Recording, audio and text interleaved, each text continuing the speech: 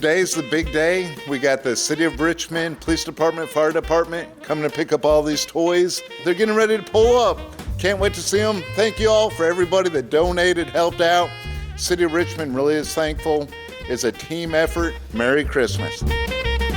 How did this come about? Well, we had the great guys from Camaro Central contact us and say that they were going to do this toy drive.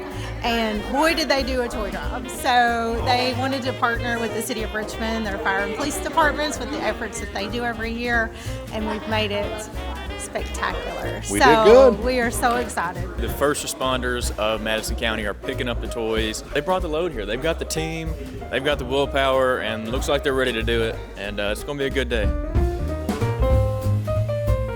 Community coming together, helping out kids, it's awesome. I think we've 10x the toys this year, so It's 10x awesome. the joy. I love it. I love helping people. I wish I could do it more. It's a beautiful day for Camaro Central right now. Lots of gifts, give to kids, and it's going to be fun. Just the outpouring of love and generosity from Madison County, from our employees, from the community, from friends, from family. It is amazing. We can't be more grateful. Thank you all so much, and Merry Christmas.